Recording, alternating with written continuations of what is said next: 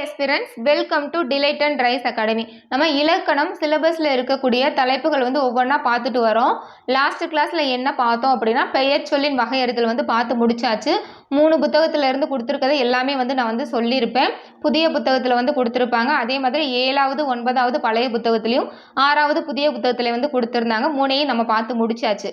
இப்போ என்ன பார்க்க போகிறோம் அப்படின்னா விடைக்கேற்ற வினாவை தேர்ந்தெடுத்தல். சரிங்களா, விடைக்கேற்ற வினாவை தேர்ந்தெடுத்தல் தான் பார்க்க போகிறோம். இந்த கிரீன் கலரில் கொடுத்துருக்க எல்லாமே நம்ம பார்த்து முடிச்சாச்சு. பார்க்காதவங்க பிளேலிஸ்ட்ல இலக்கணம் தனியாக கொடுத்துருப்பேன், அதில் போய் பாருங்க, ரொம்பவே யூஸ்ஃபுல்லாக இருக்கும். விடைக்கேற்ற வினாவில் இருந்து 2 கொஸ்டினாவது கேட்டுருவாங்க. இதில் நம்ம என்ன படிக்கணும், எக்ஸாம் பாயிண்ட் ஆஃப் வியூவில் என்ன படிக்கணும் அப்படின்னு சொல்லி பார்த்தீங்கன்னா, வினா எத்தனை வகைப்படும், அதே மாதிரி விடை எத்தனை வகைப்படும், பொருள்கோள் எத்தனை வகைப்படும், அவை என்னென்ன அப்படின்னு தான் பார்க்க போகிறோம். வினா பார்த்தீங்க அப்படின்னா 6 வகைப்படும் சொல்லி கொடுத்துருப்பாங்க. விடை பார்த்தீங்க அப்படின்னா 8 வகைப்படும் அப்படின்னு சொல்லி கொடுத்துருக்காங்க. அதே மாதிரி பொருள்கோள் பார்த்தீங்கன்னா 8 வகைப்படும். அதில் 3 மட்டும் கொடுத்துருக்காங்க. 3 மட்டும் தான் புத்தகத்தில் கொடுத்துருக்காங்க. அதை மட்டும் பார்த்துக்கிட்டா நம்ம எக்ஸாம் பாயிண்ட் ஆஃப் வியூவில் அதை மட்டும் பார்த்துக்கிட்டாலே போதுமானது. இந்த வகை வந்துட்டாலே ரொம்ப ரொம்ப முக்கியம்.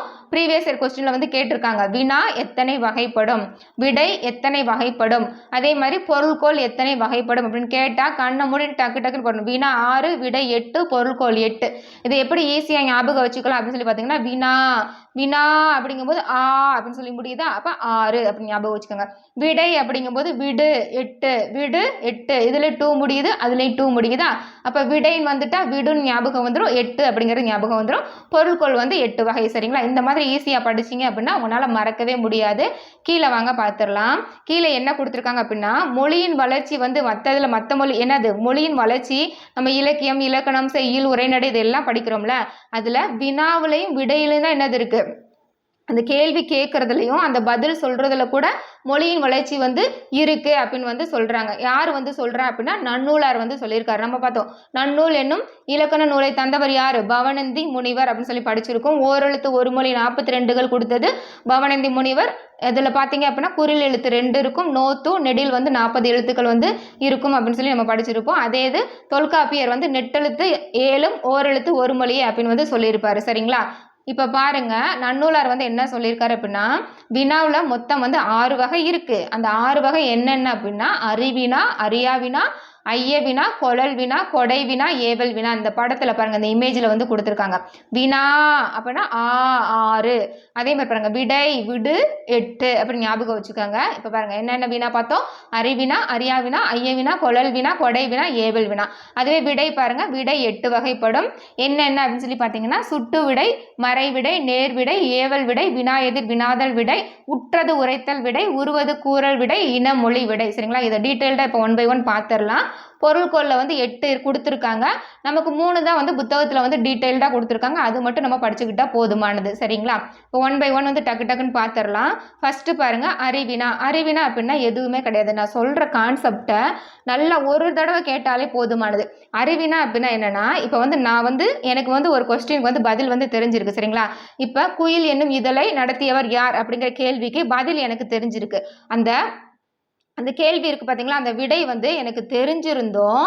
நான் என்ன சொல்கிறேன், உங்களுக்கு தெரியுதா அப்படின்னு சொல்லிட்டு நான் அந்த கேள்வி கேட்குறேன். இப்போ நான் சொல்கிறேன், குயில் இதழை நடத்தியவர் யார், கமெண்ட்ல சொல்லுங்கப்பா அப்படின்னு கேட்குறேன். பார்த்தீங்களா, இதுதான் அறிவினா. ஓகேவா, அதுவே பார்த்தீங்கன்னா குயில் பாட்டு அப்படின்னா யார், பாரதியார். அப்போ நான் கேள்வியை கேட்குறேன், குயில் பாட்டு அப்படின்னா யார் வருவா, பாரதியார். அப்போ நீங்கள் சொல்லுங்க, அப்போ எனக்கு தெரிஞ்சிருக்கு.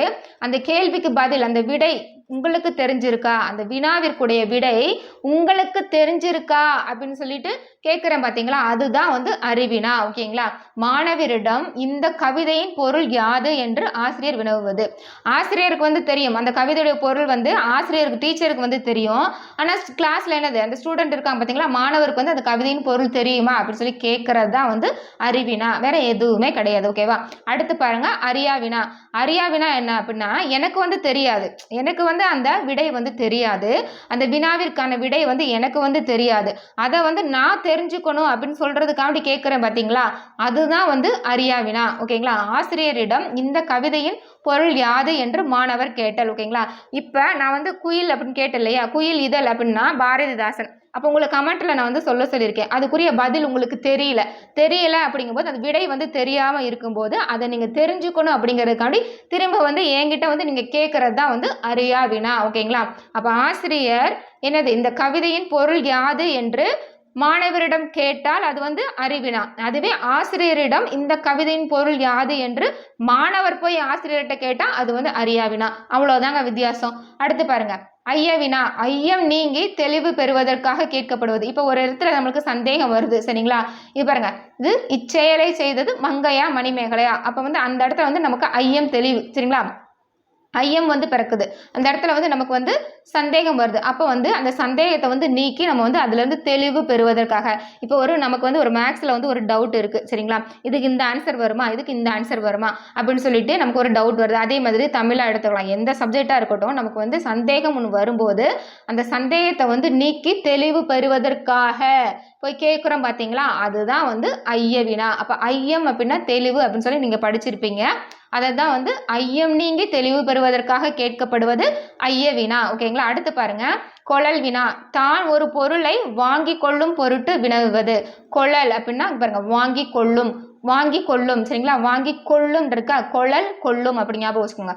கொழல் கொள்ளும் அப்படி ஞாபகம் வச்சுக்கோங்க. ஒரு பொருள் வந்து நான் வந்து எனக்கு வேணும். இப்போ வந்து ஒரு கடைக்கு போகிறேன் அப்படின்னா அதில் வந்து புக்ஸ் வந்து நிறையா இருக்குது. அதில் வந்து எனக்கு Bharathiyar book, Bharathidasan book, so இந்த மாதிரி வந்து நிறைய புக்ஸ் வந்து கவிதைகள் வந்து இருக்குது. அதில் வந்து எனக்கு வந்து என்ன பொருள் வேணுமோ அதை வந்து நான் வாங்கிக்கணும் அப்படிங்கிற பொருட்டு நான் போய் கடையில் வந்து கேட்குறேன், சரிங்களா? இப்போ பாரதிதாசன் கவிதைகள் வந்து இருக்கா அப்படின்னு சொல்லி நான் போய் நூலகரிடம் கேட்டேன் அப்படின்னா அதுதான் வந்து கொழல் வினா. ஓகேங்களா? அதுவே வந்துட்டு அதை தான் வந்து எடுத்துக்காட்டாக கொடுத்துருக்காங்க. ஜெயகாந்தன் சிறுகதைகள் இருக்கிறதா என்று நூலகரிடம் வினவுதல் கொழல் வினா. இப்போ வந்து கடைக்கு போகிறோம்னு வச்சுக்கோங்க, கிராசரி கடைக்கு போய் நம்ம இந்த எக்ஸாம்பிள் வந்து நிறைய இடத்துல வந்து நம்ம பார்த்துருப்போம், ப்ரீவியஸ் இயர் கொஸ்டினில் கூட கேட்டிருப்பாங்க. கடைக்காரர்கிட்ட போய் பருப்பு உள்ளதா, சரிங்களா?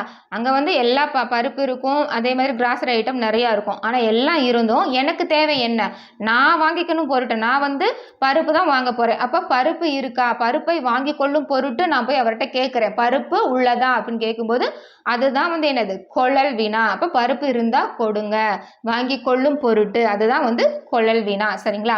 அடுத்து பாருங்க, கொடை வினா. கொடை வினா அப்படின்னா பிறருக்கு ஒரு பொருளை கொடுத்து உதவும் பொருட்டு வினவுது. இப்போ நான் பருப்பு வாங்கியிருக்கேன்னு வச்சுக்கோங்களேன், அந்த பருப்பை வந்து நான் வந்து வேற யாருக்காவது கொடுக்கணும்னு சொல்லி நான் வந்து ஆசைப்படுறேன். அப்போ வந்து அந்த பருப்பு என்கிட்ட இருக்குது. அப்போ நான் கடையில் வாங்கிட்டு வரும்போது யாரோ வந்து கஷ்டப்படுறவங்க நிற்கிறாங்கன்னு வச்சுக்கோங்களேன், சரி இந்தாங்க வச்சுக்கோங்க அப்படின்னு சொல்லிட்டு அந்த பருப்பை நான் அவங்க கிட்ட கொடுத்துட்டு போகிறேன் பார்த்தீங்களா, அதுதான் வந்து கொடை வினா. சரிங்களா? ஒரு பொருளை வந்து பிறருக்கு உதவும் பொருட்டு கொடுத்து உதவுவது தான் என்னது, கொடுத்து வினவுவது கொடை வினா. என்னிடம் வந்து பாரதிதாசன் கவிதைகள் 2 படிகள் உள்ளன. 2 படிகள் அப்படின்னா புத்தகங்கள். அப்போ வந்து என்ன பண்ணுறாங்க, என்னிடம் நான் வந்து என்னது பருப்பு வாங்கிட்டு போகிறேன், என்னிடம் வந்து பருப்பு வந்து 2 பார்சல் வாங்கிட்டு போகிறேன்னு வச்சுக்கோங்க, சரிங்களா? இதில் ஒரு 1/2 கிலோ, இதில் ஒரு 1/2 கிலோ. அதனால வந்து உங்ககிட்ட வந்து பருப்பு இருக்கா, நீ வந்து என்னது சாம்பார் வைக்கிறியா, குழம்பு வைக்கிறியா அப்படின்னு ஏதாவது ஒன்று கேட்டு நான் என்கிட்ட இருக்க 2 பருப்பில் ஒன்று வந்து கொடுக்குறேன் பார்த்தீங்களா, கொடுத்து உதவுறேன் பார்த்தீங்களா, அதுதான் வந்து கொடை வினா. சரிங்களா? பருப்பு கூட நம்ம எக்ஸாம்பிளாக எடுத்து சொல்லியாச்சு. இதில் என்ன கொடுத்துருக்காங்க அப்படின்னா, என்னிடம் பாரதிதாசன் கவிதைகள் 2 படிகள் அப்படின்னா புத்தகங்கள் இருக்கு, உன்னிடம் பாரதிதாசன் கவிதைகள் இருக்கிறதா. ஓகேங்களா? ஸோ இந்த மாதிரி வினவும் பொருட்டு கேட்பது தான் வந்து கொடை வினா. அடுத்து பாருங்க, ஏவல் வினா. ஒரு செயலை செய்யுமாறு ஏவுதல். ஏன் நீ பண்ணு, அதை பண்ணு, இதை செய்ய மாட்டியா, அதை செய்ய மாட்டியா, சாப்பிடு, தூங்கு, உட்காரு, படி, இந்த மாதிரிலாம் சொல்கிறோம் பார்த்தீங்களா, அதான் ஒரு செயலை செய்யுமாறு ஏவுதற் பொருட்டு வினவுவது ஏவல் வினா. வீட்டில் தக்காளி இல்லை, நீ கடைக்கு செல்கிறாயா என்று அக்கா தம்பியிடம் வினவி வேலையை சொல்லுதல். ஓகேங்களா? வீட்டில் வந்து ஏதாவது ஒரு வேலையை வந்து அம்மா செய்ய சொல்லுவாங்க, அப்பா செய்ய சொல்லுவாங்க. அதே மாதிரி பார்த்தீங்கன்னா அக்கா தங்கச்சி இருக்க வீட்டில் வந்து நீ பண்ணு, நான் பண்ணு, அதை செய், இதை செய் அப்படின்னு வந்து சொல்கிறோம் இல்லையா. அம்மா வந்து சாப்பிடு, உட்காரு, படி, இந்த மாதிரி சொல்கிறாங்க இல்லையா. ஸோ இந்த மாதிரி ஒரு செயலை வந்து செய்யுமாறு என்னது ஏவுதல் தான் வந்து ஏவல் வினா. ஸோ இந்த மாதிரி கிளியர் கட்டாக படிச்சுக்கிட்டீங்க அப்படின்னா எப்போவுமே மறக்காது. அப்போ 6 வினாவும் நம்ம வந்து தெளிவாக வந்து படித்தாச்சு. இதுலேருந்து எந்த கேள்வி கேட்டாலும் நம்ம என்ன பண்ணிடலாம், கரெக்டாக வந்து பதில் அடிச்சிடலாம். இதை தான் வந்து நன்னூலில் வந்து கொடுத்துருக்காங்க. என்ன கொடுத்துருக்காங்க அப்படின்னா, அறிவு அறியாமை ஐயுறல் கொளல் கொடை ஏவல் தரும் வினா ஆறும் இழுக்கார். சரிங்களா? இங்கே பாருங்க, அறிவு அப்படிங்கும்போது அறிவினா, அறியாமை அப்படிங்கும்போது அறியா வினா, ஐயுறல் அப்படிங்கும்போது ஐய வினா, கொழல் வினா, கொடை வினா, ஏவல் வினா. ஸோ இது 6ம் தான் என்னது வினாவில் வந்து கொடுத்துருக்காங்க. இதை தான் வந்து நன்னூலில் வந்து நமக்கு வந்து சொல்லியிருக்காங்க. சரிங்களா? அடுத்து பாருங்க, அடுத்து வந்து விடைகள். விடைகள் வந்து என்னென்ன இருக்குது அப்படின்னு சொல்லியிருக்காங்க பாருங்கள். நன்னூல் நூற்பா என்னென்ன கொடுத்துருக்காங்க அப்படின்னா, சுட்டு விடை, மறை விடை, நேர் விடை, ஏவல் விடை, வினாதல் விடை, உற்றது உரைத்தல் விடை, உருவது கூறல் விடை, இனமொழி விடை. அப்போ பாருங்கள், சுட்டு மறை நேர், ஏவல் வினாதல், உற்றது உரைத்தல், உருவது கூறல், இனமொழி என்னும் எண் இறையுள் இறுதி நிலவிய ஐந்தும் அப்பொருண்மையின் நேர்ப அப்படின்னு வந்துட்டு நன்னூலில் வந்து இந்த நூற்பா வந்து கொடுத்துருக்காங்க. நம்ம இதை கண்டிப்பாக படித்து வச்சுக்கணும். பாக்ஸில் கொடுத்துருக்காங்க. இந்த இதை கொடுத்து இது வந்து எதில் சொல்லியிருக்காங்க அப்படின்னு சொல்லி கேட்டுருவாங்க. கண்ணை மூடிட்டு போட்டுறணும். நன்னூலில் தான் நமக்கு என்னென்ன கொடுத்துருக்காங்க, வினா 6, விடை 8, பொருட்கள் வந்து கொடுத்துருக்காங்க. அடுத்து பாருங்கள், இது பார்த்து முடிச்சாச்சு. 6 வினா வந்து பார்த்து முடிச்சாச்சு. இப்போ 8 வகை, 8 விடை வந்து பார்க்கலாம். ஓகேங்களா? சுட்டு விடை, மறை விடை, நேர் விடை, ஏவல் விடை, வினாயெதிர் வினாதல் விடை, உற்றது உரைத்தல் விடை, உருவது கூறல் விடை, இனமொழி விடை என விடை 8 வகைப்படும். என்ன அப்படின்னு சொல்லி பார்த்துடலாம். இங்கே பாருங்க, முதல் 3 வகையும் நேரடி விடைகளாக இருப்பதால் வெளிப்படை விடைகள் எனவும். இது ரொம்ப முக்கியம். சரிங்களா? ஃபர்ஸ்ட் இருக்கக்கூடிய 3 நேரடியாக விடைகளாக இருக்கான். அதனால வந்து இது வெளிப்படை விடைகள். அடுத்த 5 விடைகளும் குறிப்பாக இருப்பதால் இது வந்து குறிப்பு விடைகள். அப்போ விடைகளில் பாருங்க, விடைகளில் என்னென்ன இருக்குது, வெளிப்படை விடைகள் இருக்குது, குறிப்பு விடைகள் இருக்குது. இப்போ வந்து கேள்வி கேட்கலாம். சுட்டு விடை, மறை விடை கொடுத்துட்டு, சரிங்களா, அதில் சுட்டு விடை, மறை விடை, நேர் விடை இருக்குது பார்த்தீங்களா? இதில் மறை விடை கொடுத்துட்டு இது என்னது, குறிப்பு விடையா வெளிப்படை விடையான்னு கேட்கலாம். அப்போ முதல் 3 இருக்கக்கூடியது என்னது, வெளிப்படை விடைகள். மீதி இருக்கக்கூடிய 5 வந்து என்ன விடைகள், குறிப்பு விடைகள். சரிங்களா? இது வந்து முக்கியம், குறித்து வச்சு படிச்சுக்காங்க. அடுத்து பாருங்க, சுட்டு விடை அப்படின்னா என்ன அப்படின்னா, இப்போ வந்து நமக்கு வந்து ஒரு அட்ரஸ் தெரியல அப்படின்னா, இப்போ எங்கேயாவது போயிட்டு இருக்கோம், ஒரு கோயில் எங்கே இருக்குது, அதே மாதிரி ஒரு டீ கடை எங்கே இருக்குது, ஸோ இந்த மாதிரி வந்து நமக்கு தெரியல, ஒரு பள்ளிக்கூடம் எங்கே இருக்குது, இந்த காலேஜ் எங்கே இருக்குது, இந்த மாதிரி கேட்குறோம் பார்த்தீங்களா? நமக்கு தெரியாத ஒன்றை வந்து நம்ம கேட்குறோம், இது வந்து எங்கே இருக்குது, இப்போ இந்த ஒரு பஸ் ஸ்டாப்ல நின்று இந்த பஸ் இங்கே வருமா, ஸோ இந்த மாதிரி கேட்குறோம் பார்த்தீங்களா? அப்போ கடை தெரு எங்கு உள்ளது, பஸ் ஸ்டாண்டு, சரிங்களா, பேருந்து நிலையம் எங்கு உள்ளது அப்படின்னு சொல்லி நம்ம கேள்வி கேட்குறோம். அந்த கேள்வி கேட்குறோம் பார்த்தீங்களா? அந்த வினாவிற்கு இந்த பக்கத்தில் தான் இருக்குது, அந்த பக்கத்தில் இருக்குது அப்படின்னு சொல்லிட்டு விடை கூறுறாங்க பார்த்தீங்களா? சுட்டி கையை நீட்டு இந்த மாதிரி சொல்லுவாங்க. கையை நீட்டு, ஆள்காட்டி விரல் பார்த்தீங்களா, அதை நீட்டி இந்த பக்கம் இருக்குது, இந்த பக்கம் இருக்குன்னு சொல்லுவாங்க. ஸோ இந்த மாதிரி சொல்கிறது தான் வந்து சுட்டு விடை. சரிங்களா? அப்போ சுட்டு விடை அப்படின்னா என்ன அப்படின்னா, நம்ம வந்து சுட்டி காட்டுறது, அங்கே இருக்குது, இங்கே இருக்குது, அதுதான் இதுதான் அப்படின்னு சொல்லி சொல்கிறது தான் வந்து சுட்டு விடை. அடுத்து பாருங்க, மறை விடை, மறுத்து கூறும் விடை. அதாவது வந்துட்டு, கடைக்கு போவாயா என்ற கேள்விக்கு போக மாட்டேன் என மறுத்து கூறுதல். ஓகேங்களா? இப்போ வீட்டில் அக்கா தங்கச்சி இருக்காங்கன்னு வச்சுக்கோங்க. அம்மா வந்து என்ன சொல்கிறாங்க, கடைக்கு போக சொல்கிறாங்க. கடைக்கு போய் ஏதாவது வாங்கிட்டு வர சொல்லி சொல்கிறாங்க, காய்கறி ஏதாவது. அப்போ வந்து கடைக்கு போவாயா அப்படின்னு சொல்லிட்டு என்ன சொல்கிறாங்க, அக்கா வந்து தங்கச்சிட்டு கேட்குறாங்க. உடனே அது என்ன சொல்லுது, நான் போக மாட்டேன், நீ போ அப்படின்னு சொல்லி என்ன பண்ணுது, நான் போக மாட்டேன் அப்படின்றது மறுத்து கூறுதல் தான் வந்து மறை விடை. அப்போ மறை மறுத்து அப்படின்னு ஞாபகம் வச்சுக்கோங்க. மறை மறுத்து விடை. கடைக்கு போவாயா அப்படின்னு கேட்கும்போது போக மாட்டேன் அப்படின்னு வந்து டைரெக்டாக வந்து சொல்லிடுதா, வெளிப்படையாக வந்து சொல்லிடுதா, அதான் வந்து வெளிப்படை விடைகள். கடைக்கு போவாயா அப்படின்னு கேட்கும்போது போக மாட்டேன் அப்படின்னு சொல்கிறது வந்து மறை விடை. அடுத்து பாருங்க, உடன்பட்டு கூறும் விடை. இது என்ன அப்படின்னா, நம்ம வந்து கடைக்கு போவாயா அப்படிங்கிற கேள்விக்கு போவேன் என்று உடன்பட்டு கூறுதல். இங்கே போக மாட்டேன்னு சொல்லிட்டு என்ன சொல்கிறாங்க, மறுத்து கூறுறதுனால இது வந்து மறைவிடை. போவேன் அப்படின்னு சொல்கிறது வந்து நேர்மறையாக தானே இருக்குது. அதாவது உடன்பாட்டு வினை என்ன பார்த்துருக்கோம் இல்லையா, உடன்பட்டு கூறுதல் வந்து நேர்மறை, எதிர்மறை கூற்று, நேர்மறை கூற்றுலாம் நம்ம பார்த்துருக்கோம் இல்லையா, அதுதான் நேர்விடை அப்படின்னா உடன்பட்டு கூறுவது. அப்போ கடைக்கு போவாயா என்ற கேள்விக்கு போகிறேன் அப்படின்னு சொல்கிறது தான் வந்து நேர்விடை. சரிங்களா? அப்போ இது 3 வந்து வெளிப்படை விடைகள். அடுத்து பாருங்க, ஏவல் விடை. ஏவல் விடை அப்படின்னா மாட்டேன் என்ற மறுப்பதை ஏவலாக கூறும் விடை. இப்போ போவாயா அப்படிங்கும்போது போக மாட்டேன் அப்படின்னு சொல்கிறது மறுத்து கூறுறது, போவேன் அப்படின்னு சொல்கிறது நேரடியாக உடன்பட்டு சொல்கிறது நேர்விடை. அதுவே வந்துட்டு இது செய்வாயா அப்படின்னு கேட்கும்போது என்ன சொல்கிறது, நீயே செய்ய, ஏன் நீ பண்ணு, நான் பண்ணணுமா, நீயே பண்ணு அப்படின்னு சொல்கிறோம் இல்லையா, அதான் வந்து ஏவுறது. ஏன் நீ பண்ண மாட்டேயா, நீ பண்ண மாட்டேயா அப்படின்னு சொல்லி ஏவுறோம் பார்த்தீங்களா, அதுதான் வந்து ஏவல் விடை. ஓகேங்களா? இது செய்வாயா என்று வினவிய போது நீயே செய், நீயே செய்ய, நீயே பண்ணு. இதை நீ சாப்பிடுவாயா அப்படின்னு கேட்கும்போது இல்லை நீயே சாப்பிடு அப்படின்னு சொல்லி ஏவுறோம் பார்த்தீங்களா, அதுதான் வந்து ஏவல் விடை. அடுத்து பாருங்க, வினா எதிர் வினாதல் விடை. வினா எதிர் வினாதல் விடை பார்த்தீங்க அப்படின்னா, நம்ம வந்து ஒரு கேள்வியை கேட்போம். சரிங்களா? நம்ம வந்து ஒரு கேள்வி வினா வந்து கேட்போம். அந்த கேள்விக்கு எதிராக வந்து அவங்களும் வினாவாகவே பதில் சொல்கிறது தான் வந்து வினா எதிர் வினாதல் விடை. சரிங்களா? வினா எதிர் வினாதல் விடை. ஓகேங்களா? இப்போ வந்து ஒரு கேள்வியை கேட்குறோம் அப்படின்னா அவங்களும் வந்து அது விடையாக வந்து என்னது, அதே ஒரு கேள்வியை கேட்கறதா வந்து வினா எதிர் வினாதல் விடை. சரிங்களா? அங்க பாருங்க, வினாவிற்கு விடையாக இன்னொரு வினாவை கேட்பது. என்னுடன் ஊருக்கு வருவாயா என்ற வினாவிற்கு வராமல் இருப்பேனா என்று கூறுவது. சாரிப்பா, இங்க பாரு, ஊருக்கு வருவாயா அப்படின்னு கேட்கும்போது வர்றேன் அப்படின்னு சொன்னா அது வந்து அந்த வினாவிற்குரிய விடை. அதுவே வந்து வராமல் இருப்பேனா அப்படிங்கிறது, இங்கேயும் வந்து ஒரு வினா வந்திருக்கு, இங்கேயும் வந்து ஒரு வினா வந்திருக்கு. அப்ப 2 வினா வந்திருக்கு, ஒரு வினாவுக்கு எதிரா இன்னொரு வினா வந்திருக்கு இல்லையா? இதுதான் வந்து வினா எதிர் வினாதல் விடை. இதுவே வந்து ஊருக்கு வருவாயா அப்படின்னு கேட்கும்போது வர்றேன் அப்படின்னு சொன்னா அதுதான் வந்து விடை. ஓகேங்களா? அந்த வினாவுக்கு விடை. ஆனா அவங்க எதிரா வந்து கேட்குறாங்க. இங்கேயும் வந்து வருவாயா அப்படிங்கிற கேள்விக்குறியோட இருக்கு, இங்கேயும் வந்து இருப்பேனா அப்படிங்கிற கேள்விக்குறியோட இருக்கு. அப்ப ரெண்டுமே வந்து வினாவா இருக்கிறதுனால இது வந்து வினா எதிர் வினாதல் விடை. சரிங்களா? என்னுடன் ஊருக்கு வருவாயா என்ற வினாவிற்கு வராமல் இருப்பேனா என்று கூறுவது. அடுத்து பாருங்க, உற்றது உரைத்தல் விடை. உற்றது உரைத்தல் விடை அப்படின்னா என்ன அப்படின்னா, இப்போ வந்து நீ விளையாடலையா, சரிங்களா, நீ விளையாடலையா அப்படின்னு சொல்லி கேட்கும்போது நம்ம என்ன சொல்லுவோம்? கால் வலிக்கிறது. அப்போ ஏற்கனவே வந்து அந்த கால் வந்து வலிச்சிட்டு இருந்திருக்கு. சரிங்களா? அப்போ ஏற்கனவே வந்து நடந்ததை வந்து அந்த இடத்துல வந்து சொல்கிறது தான் வந்து உற்றது உரைத்தல் விடை. சரிங்களா? உற்றது உரைத்தல் விடை அப்படின்னா என்னன்னா, நீ விளையாடவில்லையா அப்படின்னு கேட்கும்போது அவங்களுக்கு கேட்கும்போது என்னது, அந்த கேட்கறதுக்கு முன்னாடி அவங்களுக்கு கால் வந்து வலிச்சிட்டு இருக்கு, ஏற்கனவே வந்து கால் வலிச்சிட்டு இருக்கு, அதனால நான் விளையாட வரல அப்படிங்கிறத என்ன சொல்றாங்க? கால் வலிக்கிறது. அப்போ உற்றது உரைத்தல் விடல் அப்படின்னா இதுதான் வந்து அர்த்தம். சரிங்களா? உற்றது உரைத்தல் அப்படின்னா கேட்ட உடனே இந்த மாதிரி சொல்றது உற்றது உரைத்தல். ஓகேங்களா? ஏற்கனவே நேர்ந்ததை வந்து சொல்றது தான் வந்து உற்றது உரைத்தல். ஓகேங்களா? நல்லா கவனிச்சுக்கோங்க. அடுத்து பாருங்க, உருவது கூறல் விடை. உருவது கூறல் அப்படின்னா இனிமே தான். சரிங்களா? அந்த வினாவிற்கு வந்து விடையா வந்து இனிமேல் தான் வந்து என்னது நடக்க போறதை வந்து சொல்றது. உற்றது உரைத்தல் அப்படின்னா ஏற்கனவே வந்து நடந்ததை சொல்றது. உருவது கூறல் விடை அப்படின்னா இனிமே தான் வந்து என்னது நடக்க போறதா சொல்றது. இதுதான் வந்து வித்தியாசம். இங்க பாருங்க, நீ விளையாடவில்லையா அப்படின்ற கேள்விக்கு கால் வலிக்கிறது அப்படிங்கிறது நேரம். சரிங்களா? நேர்ந்ததை வந்து சொல்றது. இது வந்து உற்றது உரைத்தல். அதுவே வந்து நீ விளையாடவில்லையா அப்படிங்கிறதுக்கு கால் வலிக்கும். சரிங்களா? இன்னும் எதிர்காலத்துல கால் வலிக்கும் அப்படிங்கிறத சொல்றாங்க இல்லையா? இனிமேல் நடக்க போறத சொன்னா அது வந்து உருவது கூறல். இனிமேல் உருவது.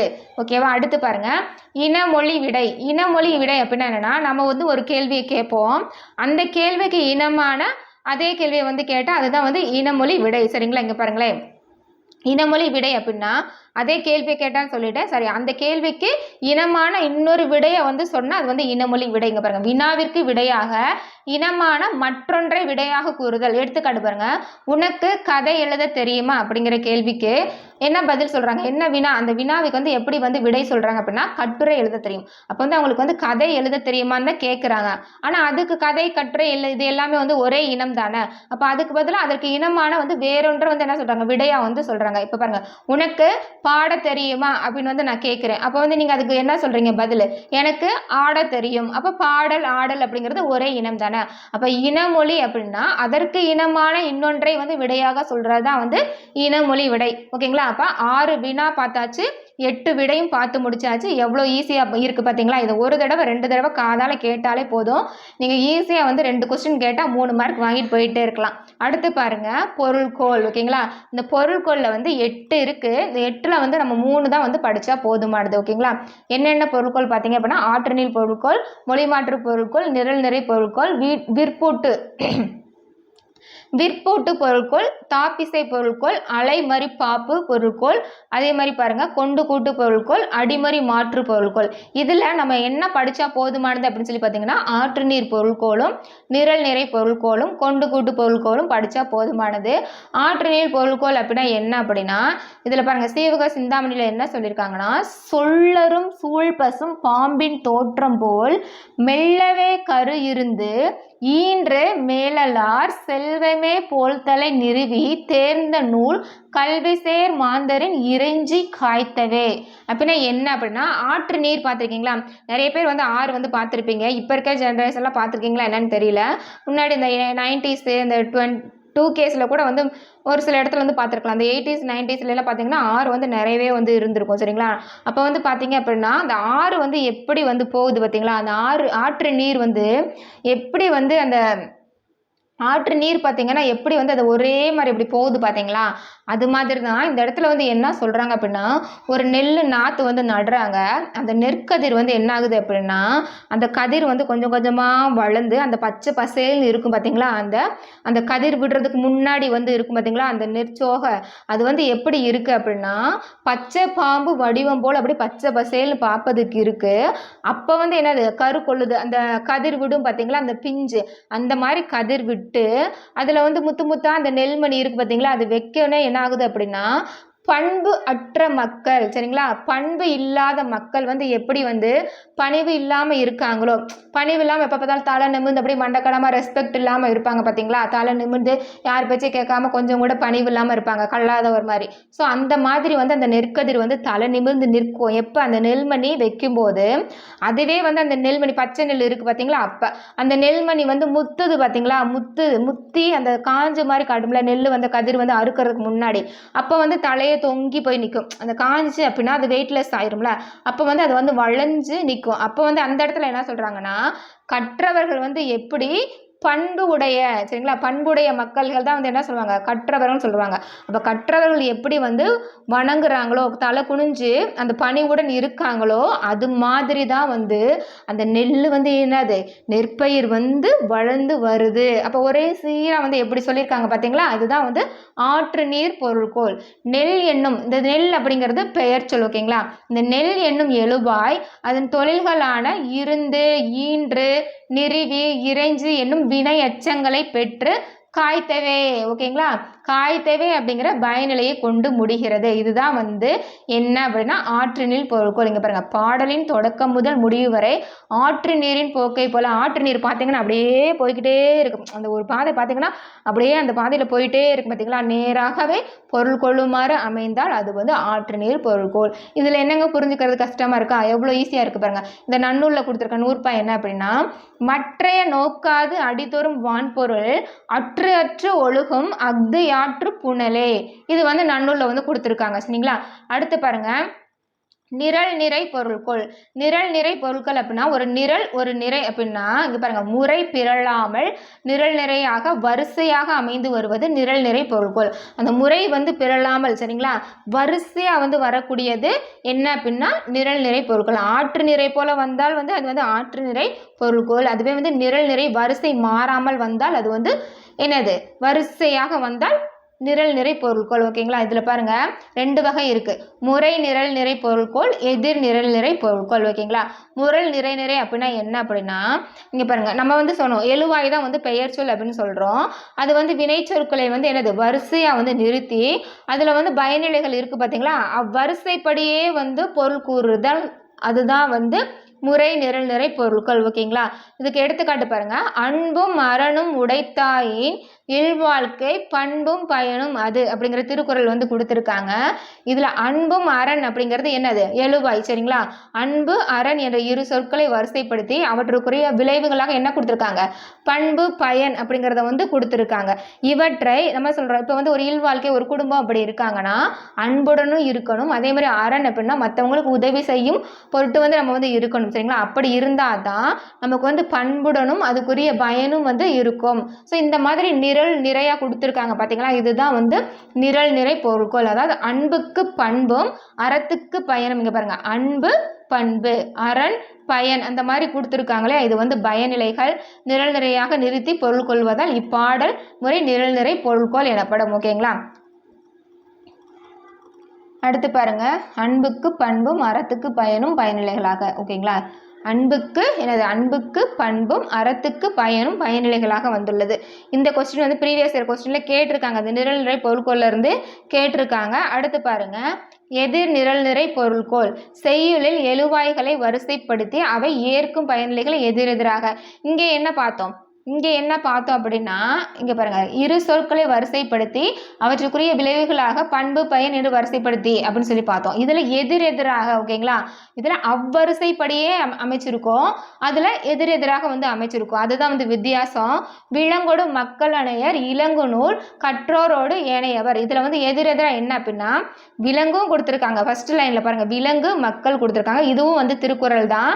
விலங்கு மக்கள் அப்படிங்கிற எழுவாயை வந்து கொடுத்து அறுத்தடியில் வந்து என்ன கொடுத்துருக்காங்க, கற்றார் கல்லாதார் அப்படின்னு சொல்லி கொடுத்துருக்காங்க. இதில் வந்து கற்றவர்கள் வந்து மக்கள், கல்லாதவர் வந்து விலங்கு அப்படின்னு வந்து எதிரெதிராக வந்து கொடுத்துருக்காங்க இல்லையா. இதுதான் வந்து எதிர் நிரல் நிறை பொருள்கோள். ஓகேவா. கற்றார் அப்படிங்கிறது மக்கள் அப்படிங்கிற பொருளையும், ஏனையவர் கல்லாதவர் விலங்குகள் அப்படிங்கிறத எதிரெதிராக கொடுத்தனால இது எதிர் நிரல் நிறை பொருள்கோள். ஓகேங்களா. இது பாருங்க எதில் சொல்லியிருக்காங்க, நன்னூல்ல வந்து சொல்லியிருக்காங்க. அடுத்து பாருங்க கொண்டு கூட்டு பொருள்கோள். கொண்டு கூட்டு பொருள்கோள் அப்படின்னா என்னன்னா, நம்ம வந்து கிராஸ் வேர்டு பசில்ஸ்லாம் வந்து விளையாடுவோம்ல, அதே மாதிரி பிக்சர்ஸ்லாம் சின்ன பிள்ளைங்களுக்குலாம் கடையில் போனால் இந்த கிட்ஸுக்கெலாம் வச்சுருப்பாங்க. படமாக அப்படி வச்சு இந்த கார்ட்டூன் சேனல்லாம் வந்து ஒட்டுற மாதிரி, அதே மாதிரி ஏஞ்சல்ஸ்லாம் ஒட்டுற மாதிரி இந்த மாதிரி பசில்ஸ் அங்கங்கே பிட்டாக கொடுத்துருப்பாங்க. அதை எடுத்து எல்லாம் ஒன்றா சேர்த்துவாங்க பார்த்தீங்களா. அதே மாதிரி தான் அங்கங்கே சிதறி கிழக்கக்கூடிய சொற்களை வந்து என்னது, அந்த பொருளுக்கு ஏற்றவாறு ஒன்றோடு ஒன்று கூட்டி பொருள் கொள்வது கொண்டு கூட்டு பொருள்கோள் ஆகும். சரிங்களா. இங்கே பாருங்கள், ஆழத்து மேலே குவளை குளத்தில் வாளின் நெடிய குரங்கு. ஓகேங்களா. இது வந்து யாருடைய உரை அப்படின்னு கேட்டால் மயிலை நாதர் உரை. ஓகேங்களா. மயிலை நாதர் உரை. இதில் பாருங்க ஆழத்து மேலே குவளையா. அப்படி பாருங்க குரங்கு வந்து எங்கப்பா இருக்கும், மரத்து மேலே தானே இருக்கும். அப்போ ஆலமரத்து மேலே குரங்கு அப்படின்னா அது வந்து கரெக்டு. அது வந்து சிதறி கிடைக்கலையா, இங்கே இருக்கிறத இங்கே தூக்கி போட்டிருக்காங்க, இங்கே இருக்கிறத இங்கே வந்து கொடுத்துருக்காங்க. அப்போ இந்த மாதிரி சிதறி கிடக்கும் சொற்களை பொருளுக்கு ஏற்றவாறு நம்ம என்னது ஒன்றோடு ஒன்று கூட்டி பொருள் கொள்வது தான் வந்து கொண்டு கூட்டு பொருள்கோள். ஆலமரத்து மேலே என்னது குரங்கு இருக்குது, குளத்துல தான் என்னது குவளை இருக்கும். குவளை அப்படிங்கிறது ஒரு மலர். அது வந்து பார்த்தீங்கன்னா அந்த வாடாமல்லி கலராக பர்பிள் கலரில் வந்து இருக்கும். சரிங்களா. அப்போ அந்த குவளை மலர் வந்து குளத்துல இருக்கும். ஆலமரத்து மேலே தான் என்னது குரங்கு, என்னது வாளின் நெடிய குரங்கு வந்து இருக்குது. சரிங்களா. ஸோ இந்த மாதிரி வந்து சிதறி கிடக்கும் சொற்களை நம்ம என்ன பண்ணணும், ஒன்றோடன் ஒன்று கூட்டி பொருள் கொள்வது தான் வந்து கொண்டு கூட்டு பொருள்கோள். அதை தான் வந்து இங்கே கீழே கொடுத்துருப்பாங்க. சரிங்களா. மேற்கண்ட பாடல் ஆழத்து மேல் குவளை என்றும் குளத்தில் வாளி நெடிய குரங்கு என்றும் பொருள் கொண்டால் பொருத்தமற்றது ஆகிவிடும். இதில் ஆழத்து மேல குரங்கு குளத்துல குவளை என்று கருத்தை கொண்டு அங்கும் இங்கும் கொண்டு பொருட்கோள் அமைந்திருப்பதால் இது வந்து கொண்டு கூட்டு பொருட்கள். சரிங்களா. அவ்வளோதான். இந்த சஃபிள் பண்ணி போடுவோம் இல்லையா, அதாவது பசில் வந்து விளையாடுவோம் இல்லையா, சேர்த்து அதை தான். அடுத்து பாருங்க, யாப்படி பலவினும் கோப்படை மொழிகளை ஏற்புலி இசைப்பது கொண்டு கூட்டு. அப்போ கொண்டு கூட்டு பொருட்கோள் என்ன அப்படின்னு வந்து நன்னூலில் வந்து இந்த 100 வந்து கொடுத்துருக்காங்க. இந்த ஹைலைட் பண்ணியிருக்க எல்லாமே வந்து ரொம்ப ரொம்ப முக்கியமானது. நோட் பண்ணி படிச்சுக்கோங்க. ப்ரீவியஸ் இயர் கொஸ்டினில் வந்து கேட்டிருக்காங்க, இனியும் வந்து கேட்கலாம். ஓகேவா. அடுத்து பாருங்கள், அப்போ வந்து நம்ம முடிச்சிட்டோம். ஓகேங்களா. 6 வினா முடிச்சிட்டோம், 8 விடை முடிச்சிட்டோம். பொருள்கோள் வந்து 8 இருந்தது, அதில் வந்து 3 தான் கொடுத்துருந்தாங்க. அந்த 3ஐயும் வந்து பார்த்து முடிச்சாச்சு. இங்கே பாருங்கள், வினா வகையையும் விடை வகையையும் சுட்டுக. காமராசர் நகர் எங்கே இருக்கிறது அப்படின்னு வந்து கேட்குறாங்க. வினா. இந்த வழியாக செல்லுங்கள் என்னது, அவங்க வந்து சுட்டி சொல்கிறாங்களே, அப்போ வந்து இது என்ன வினா, சுட்டு. சரிங்களா. நம்ம பார்த்தோம் இல்லையா, வினா சுட்டு விடை. சரிங்களா. இது வந்து என்ன வினா, காமராசர் நகர் எங்கே இருக்கிறது அப்படிங்கிறது அறியா வினா. அதை வந்து நம்ம என்ன பண்ணுறாங்க, சுட்டி காட்டுறோம் இல்லையா, அதுதான் வந்து சுட்டு விடை. இப்போ இது வினா, இது வந்து விடை. ஓகேவா. அடுத்து பாருங்க, கரெக்டு தானே, காமராசர் நகர் எங்கே இருக்கிறது, எங்கே பாருங்க அறியா வினா.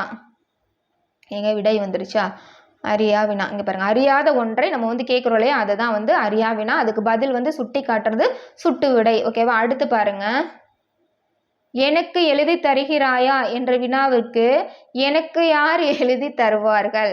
அப்போ அங்கே பாருங்கள், இங்கே ஒரு கொஸ்டின் மார்க் வந்திருக்கு, இங்கே ஒரு கொஸ்டின் மார்க் வந்திருக்கு. சரிங்களா. இது வந்து என்ன வினா, இது வந்து என்ன விடைன்னு கேட்டிருக்காங்க. எனக்கு எழுதி தருகிறாயா என்ற வினாவுக்கு எனக்கு யார் எழுதி தருவாங்க அப்படிங்கும்போது வினா எதிர் வினாதல் விடை. சரிங்களா. வினா எதிர் வினாதல் 2. இப்போ இந்த வினா கேட்குறாங்கன்னா அதுக்கு எதிராக அவங்க வினாவே வந்து விடையாக கொடுத்தா அது வந்து வினா எதிர் வினாதல் விடை. சரிங்களா. அவ்வளோதாங்க, நம்ம முடிச்சிட்டோம். இங்கே கீழே பாருங்கள், உரையாடலில் இடம்பெற்றுள்ள வினா விடை வகைகளை கண்டு எழுதுகன்னு கொடுத்துருக்காங்க. நீங்கள் வந்து இதை வந்து கமெண்ட்டில் வந்து சொல்லுங்கள். அப்போ தான் உங்களுக்கு வந்து இந்த லெசன் வந்து புரிஞ்சிருக்கா அப்படிங்கிறது எனக்கு வந்து தெரியும். சப்போஸ் தெரியல அப்படின்னா நீங்கள் சொல்லுங்கள். அடுத்த கிளாஸில் வந்து இதுக்குரிய ஆன்சரை சொல்லிவிட்டு நம்ம வந்து அடுத்த கிளாஸ் போடுவோம். I wish you all success. Thank you. ஓகேங்களா. நெக்ஸ்ட் கிளாஸில் அடுத்த தலைப்பு என்ன அப்படின்னு சொல்லி பார்த்துட்டு நம்ம வந்து பார்க்கலாம்.